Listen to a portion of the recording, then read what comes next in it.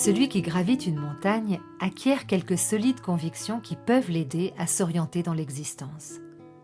Ainsi, il sait avec certitude que le chemin le plus court n'est pas le meilleur. Avides et impatients, enthousiastes aussi, nous voulons filer droit au but, perdre le moins de temps possible et foncer tête baissée vers l'objet de notre convoitise. Cela peut être une bonne stratégie d'ailleurs, en certaines occasions. Mais justement, ce qui permet d'en juger avec sûreté, c'est l'attention scrupuleuse aux circonstances. On ne saurait agir d'une façon identique quelle que soit la situation. Une telle conduite serait la marque d'un esprit borné, enfermé sur lui-même, prisonnier de préjugés, et le plus sûr moyen d'échouer dans ses entreprises.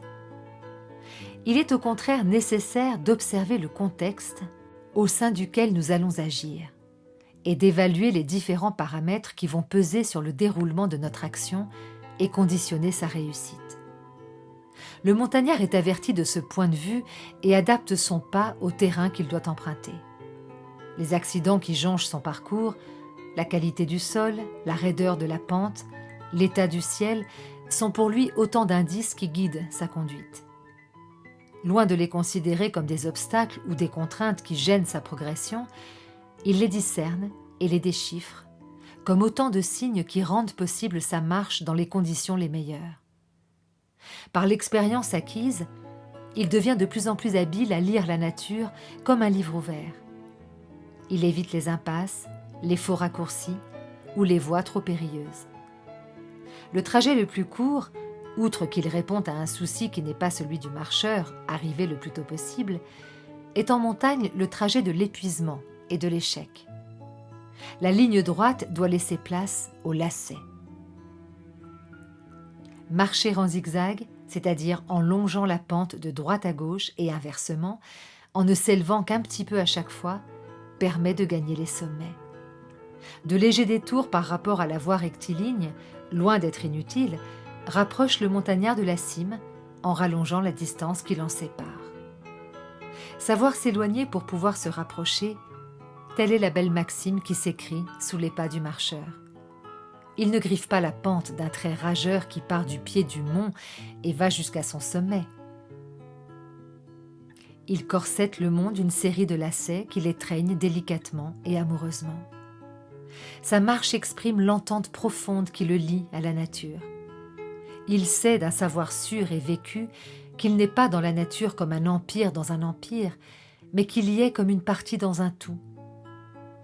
Dans la vie ordinaire, il est possible d'agir en écoutant que soi et de poursuivre avec ardeur les buts que l'on s'est fixés.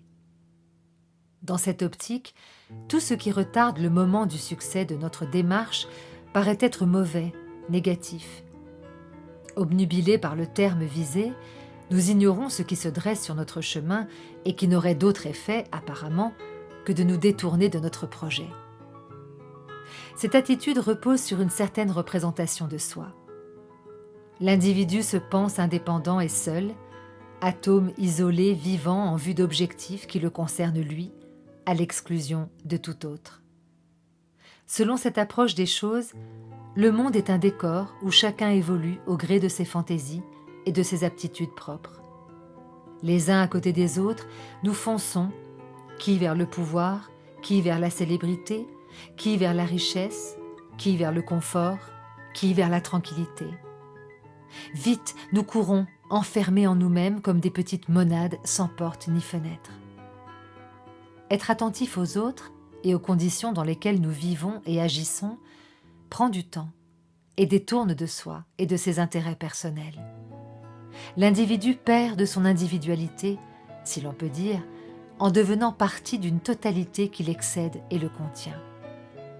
Il peut craindre de perdre de vue le sommet et de s'en éloigner définitivement, mais tout au contraire, il découvre que cet écart à soi, ce lacet vers les autres, ce regard tourné sur le monde, l'ont élevé, et dans cette ascension, l'ont rendu à lui-même. Il se pensait seul, il est entouré. Il s'imaginait fondu dans la masse, il s'est sculpté. Il craignait d'avoir perdu son temps, il a acquis de l'expérience. La morale du lacet que nous enseigne la marche tient en ces quelques remarques qu'on pourrait resserrer ainsi. Le détour est le chemin le plus riche et le plus désirable qui mène de soi à la vie.